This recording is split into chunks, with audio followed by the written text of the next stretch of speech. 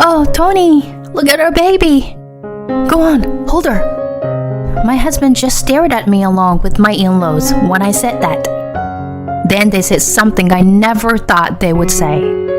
You can't have children with me because I'm infertile, right? Who's the father? You should get a divorce. I was stunned by this out of the blue. Then the doctor said on my behalf, Shall we find out who the father is? What? My husband and mother-in-law suddenly panicked at the doctor's comment. My name is Kara. I am a 31-year-old office worker. My husband Tony and I have been married for 2 years.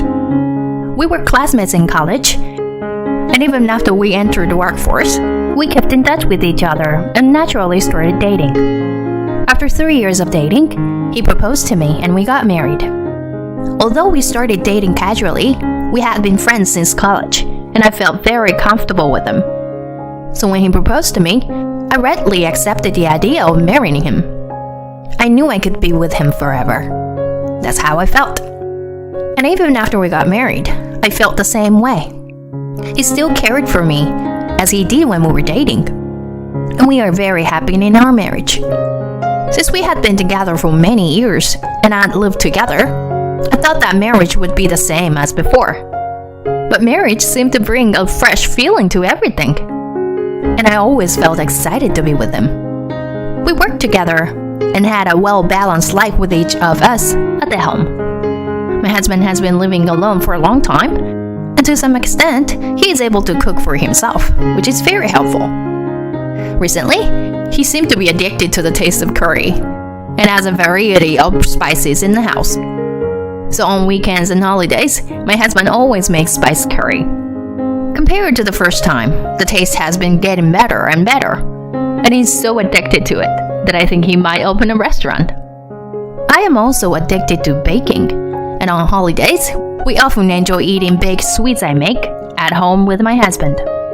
Since we don't spend money on any other activities, I think we have a rich life with both working and a comfortable income. We're not extravagant by any means, but we are certainly living a happy life. I think such a feeling is the best. There's no need to live in a high-rent place, or to wear expensive things to look good. If you really like the brand, that's fine. But I don't try to get something just because it will make people around you think I'm great. You will end up finding yourself in a situation where you won't be accepted by others again, and you will try to make up for it with things. And then you will find yourself running out of money, and your mind will be ruled by anxiety and impatience. And sometimes you will even go into debt. So I personally believe that it is best to save money while living within one's means. I am sure that my husband feels the same way, which is why we are still happy married after 2 years. But recently, his behavior started to change. What do you think? What? New clothes? That's unusual. I bought it because I thought it looked cool. So, what do you think? I like it. It looks good on you. Good. But it's a brand name. I'm surprised you decided to buy it. I just had to have it. I see. I thought it was unusual for my husband, who had never been interested in clothes before. Well, people's taste can change suddenly. And if he's buying it because he's happy with it, then there's no problem. However, my husband's appearance changed after that. He started to do his hair in fashionable styles, and even started to wear men's perfume. What's the matter with you lately? You seem to be taking a lot of care about your appearance. Whoa, I'm a section chief now too. And now I'm worried about the way my subordinates look at me. I thought I should change my appearance so that they'll think I'm a cool boss. I see. I was a little surprised. I thought my husband was the type of person who's not influenced by the superficial evaluations of others, just like me. But when you are in a higher position and people pay attention to you, maybe you start to pay attention to those things. Well, my husband seemed to be buying them within his allowance, and I didn't want to be so strict about it. Besides, I am glad that my husband is cool. I would stop him if he's going to make too many expensive purchases, but I'm sure he can control himself there. For the time being, he seemed to be making do with his allowance. However, a little after that, my husband said something like this. "Hey, I was wondering if you could give me some money." "What? Why?" "Considering what you earn, that should be enough, right?" "That's not so little. I think it's pretty average." Even though I told him so, he still didn't seem to be convinced. "I feel like I'm the one who's losing money." "Why do you say that?" "You've been leaving me in charge of the household's finances because you think it's too much of a hassle." "I know, but aren't you making sure that you're more of your share?" "I'm not doing that." I thought it was getting too much. I got angry, and my husband didn't talk about it anymore. But I didn't think we would come to this point to fight about something like this. We made up and went back to our normal routine. Well, it's been 2 years since we got married. And maybe it's time for us to start noticing each other's various aspects. I was hoping that we could talk things out and get along well with each other in such a situation. Then a very happy thing happened. "What? You're pregnant?" "It's ours." "That's amazing." "It turns out I'm pregnant." "Kira, thank you. I'm gonna try harder." My husband was happy to hear that. We're going to have a new family, and we are going to be happy. Just thinking about it made my heart beat faster. Then I started to rest as much as possible because I was pregnant. My husband said he would work hard because we would need more money after the baby was born. And he continued to work overtime as usual. I wanted him to come home early, at least until the baby was born, but he went back to his work. When I pointed this out to him, he said, "I see. I'm sorry I didn't think of that. I'll try to get my mom to support you." He started inviting my mother-in-law to the house. Well, that's not what I meant. I don't think my husband and I are communicating very well these days. Well, my relationship with my mother-in-law is not so bad, and it's nice to have someone there for me. Then I entered a stable period and started to prepare for the birth in earnest. My husband was coming home quite late, so I decided that I couldn't make my mother-in-law wait that long every time. So I decided to have the baby back home. "Are you sure?" "Yes, I'm sure. Thank you for all the support you have given me." I thanked my mother-in-law and went home. "Kira, welcome home." "Hi, Mom." My mother lives alone in my parents' house. She lives in a rural area, so I don't get to go home often.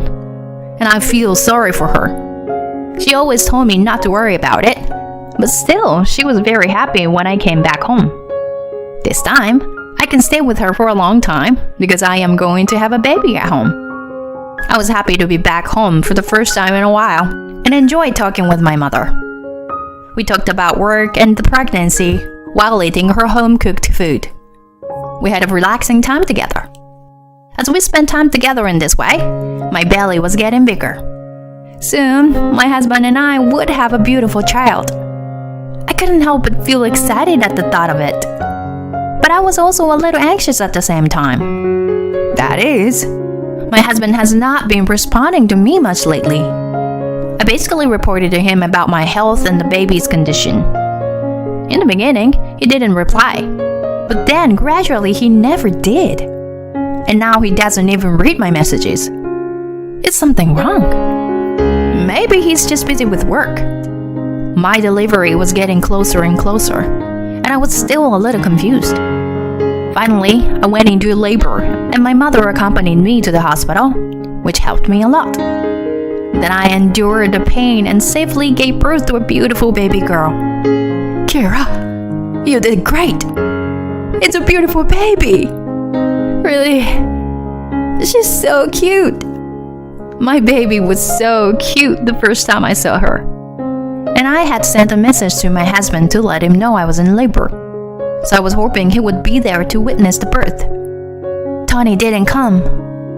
Apparently not. Even if he is busy with his work, my mother complained that my husband would prioritize the birth of his own child. I would like to complain to my husband when I see him, but I would rather he hold our newborn child in his arms. That's what I thought. The next day, my husband came to the hospital with my parents-in-law. "Oh, Tony!" My husband finally arrived.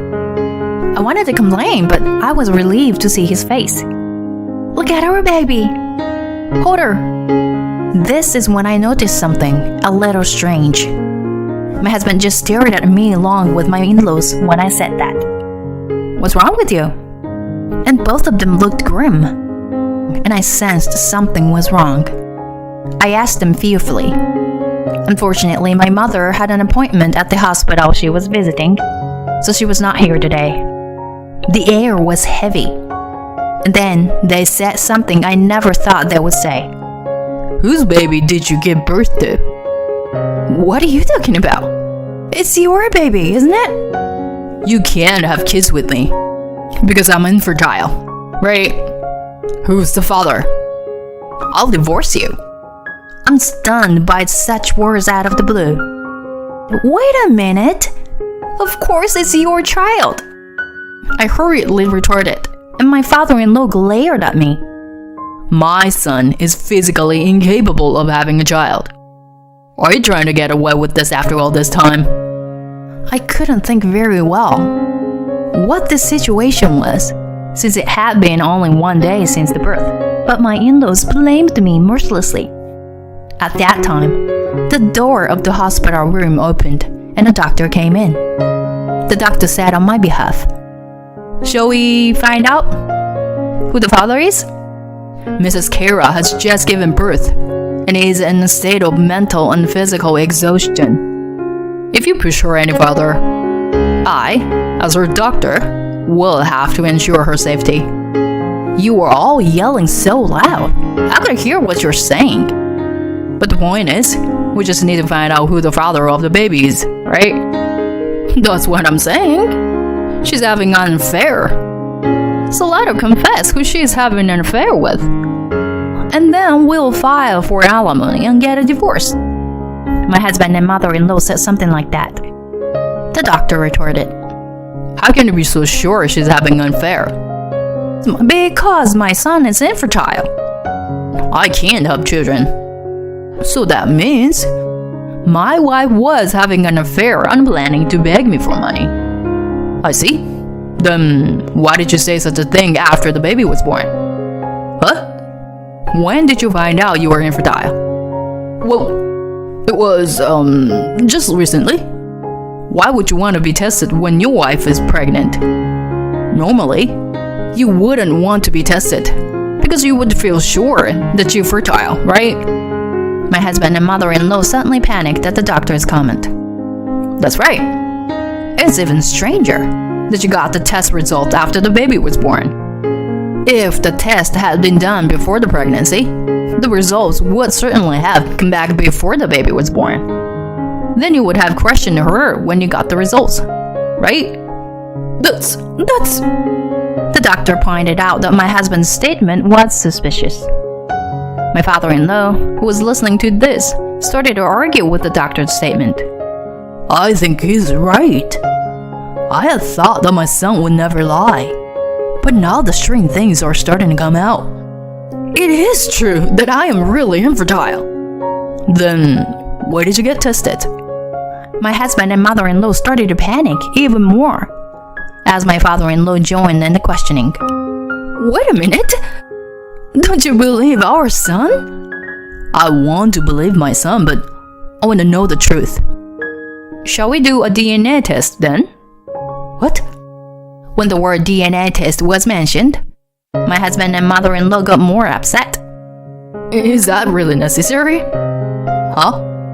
Since my body is incapable of having children, we already know the result, don't we?" "A DNA test is necessary to prove that. And if you were going to accuse her of adultery and divorce her, you need to examine her in detail, don't you?" My husband and mother-in-law were absolutely shocked when the doctor said that. My head finally started to spin, and I strained my words with the thought that I had to protect this child. let's do the DNA test. I'll get the results and show that you were lying." Then the doctor sent their in-laws away from the room. Thank you so much. No, don't worry about it. Actually, your mother asked me to. She asked me to protect you when she can't come to the hospital. Mom did. Yes. She heard about your husband's recent behavior and thought it was suspicious. She said that she is now asking a professional to investigate if he is having an affair. If I had listened to the conversation earlier, your husband is definitely lying, and it seems certain that he is having an affair. Please be assured that I will refuse to let him visit you from now on. Thank you very much. I thanked the doctor and was surprised to know that my mother had done such a thing without my knowledge. The next day, when I told my mother who came to the hospital, she smiled and said that she got the evidence too. My daughter and grandchildren are very important to me, and I have to protect them. When I checked the evidence of my husband's infidelity that my mother had obtained, I found a picture of him going into a hotel with a subordinate at his office. That's unforgivable. How could he suspect me of infidelity when he himself was having an affair? Then we went to my parents-in-law's house with the evidence. My father-in-law was surprised to see the evidence of the affair, and my husband and mother-in-law became pale. You were going to be with the adulterer, so you tried to frame me and divorce me. That's... I see. Tony, explain yourself. My father-in-law yelled at him, and my husband confessed with a frightened look on his face. Everything went as I expected. And to my surprise, my mother-in-law seemed to know about it, and was cooperating with him. She was disappointed that she heard that the baby was a girl, and she thought they could expect another baby when she heard that the lover was a young woman. That's disgusting. My father-in-law apologized to me and my mother. I trusted them just because they were my family, and I hurt you guys. I'm so sorry. I'll let you divorce my son and make sure he pays alimony and child support. No. Why are you making this decision on your own? Shut up. You should know the weight of what you've done. And you should be sorry for being a part of such a lie. You should both reflect on what you've done. So pack your bags and leave. Wait a minute. What do you mean we should reflect? I don't want to live with you for a while. Why don't you and your son just live with yourselves? I'll change the locks on the house so you can't get in. That's not right. We left the house after that, and I demanded alimony from my husband and the adulterer and child support as well. Also, the fact that he was trying to get alimony from me was just to be malicious, and the alimony to my husband was increased considerably. My husband tried to get together with his girlfriend, but my mother-in-law cried and moved in with him. So his girlfriend said, "I can't pay alimony and live with your mother," and ran away. Furthermore, the girlfriend complained to the company that my husband had sexually harassed her, and so he was demoted regardless of whether the facts were correct or not. It seems that the company also judged that the divorce was going through at the same time, and that it will be a hardship on the company. However, despite the cold looks he receives from those around him, he still has to pay alimony and child support, as well as earn money to live with his mother. He feels ashamed and stressed every day as he works. He deserves everything he gets, and I have no sympathy for him. On the other hand, I applied to the company to switch to remote work so that I can live at home with my mother and raise my daughter. My mother and I have gotten along even more with the doctor who helped us with the case. Recently, I have been inviting him to our house for dinner, and we are gradually getting closer to each other. I do not know what will happen from now on, but I secretly hope to have a relationship with him in the future.